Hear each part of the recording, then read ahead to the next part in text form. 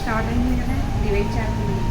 Washing అయిపోయింది అంతా. Washing నుంచి వచ్చింది డిష్ డివైడ్ చేస్తున్నాను. ఐరన్ వస్తే ఐరన్ అయ్యాక ప్యాక్ ఓకే, అంటే వాషింగ్ అయిపోయి వచ్చింది, దాన్ని డివైడ్ చేస్తున్నాం మనం.